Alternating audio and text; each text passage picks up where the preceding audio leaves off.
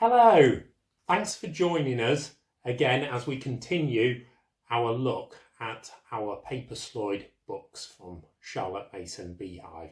I hope you've enjoyed watching our series on paper folding as we move into the second year of our curriculum and we move into paper tearing, which introduced some different ideas.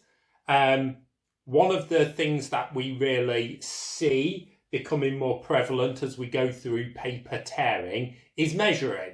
We're not using very thin paper anymore. We're using thick construction paper, which is more what you see as we progress through paper tearing into paper modelling. So you're seeing construction or sugar paper, a lot more measuring, and a lot more folding, and there's more intricate designs involved.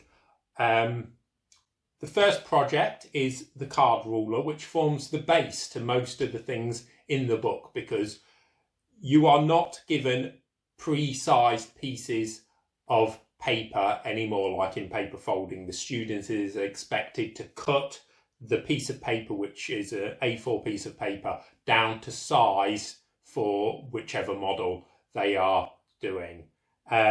And you do that with the card ruler, which is the very first project you do in the book, and then you can use that throughout the book going forward. If you've bought our supply pack, you could use the cutting mat, that's included in that. One of the things that you'll see during all of these videos is a lot of me using a pencil and ruler to actually mark the folds. Now, I do this for two very distinct reasons. One is so that you at home can actually keep track of some of the folds that I've made. In paper folding, most projects had one or two, maybe 3 folds attached to them early on. Paper tearing, we've doubled that and more. And to keep track of that, it was just nice for me making the videos to actually mark with a pencil. But what I also noticed is that really did help with the folding and creasing side of Paper Sloyd. I found that the paper itself creased a lot easier when it had been marked sharply with a pencil and ruler, and thus tore a lot easier as well. I wasn't having so many accidents with the tearing going offline, which does happen. Everyone does it, but when I was using a pencil and a ruler, I found that happened a lot less. Now, I love paper tearing. It's actually the second part of paper folding. When paper folding came out, it was part 1 in a series, and paper tearing is the second part. So it continues smoothly from the end of it. In some of the projects in there, I absolutely love the different boxes and trays that we make. They're a lot more robust and ornate than the ones in paper folding. And they're a lot of fun doll's house sized items. Now, one of the great things as we get this far into the Paper Sloyd curriculum is if there's a project that you like and you want bigger or smaller, there is absolutely nothing stopping you or the student scaling those projects up or down to whatever you require.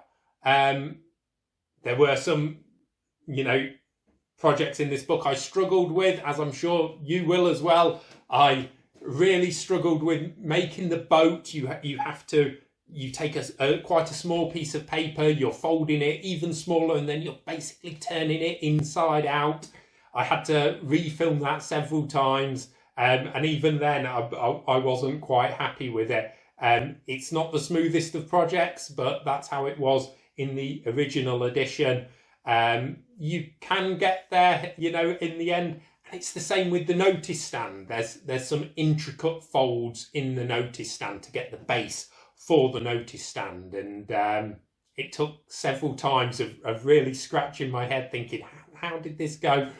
But you will get there, you know, eventually. What you'll see a lot in this book as well is alternative design lessons. So you're taking a concept, you're making a model from it, and then the very next project in the book is using that same concept, just adjusting the fold slightly to create a different project. And this is something that is talked about a lot in Paper Sloyd in using a student's initiative. And this is basically laying the seeds, the foundations of that, to be able to go away and to create and make your own projects based on the knowledge that you've gained from the book. So enjoy watching this series of videos. Again, this series is designed to be used alongside the book. The book has step-by-step instructions in it. The book has the detailed lesson guides in it, step-by-step, whereas these videos are very much just my hands creating the projects. And all of these books and teachers' guides are available at charlottemasonbeehive.com.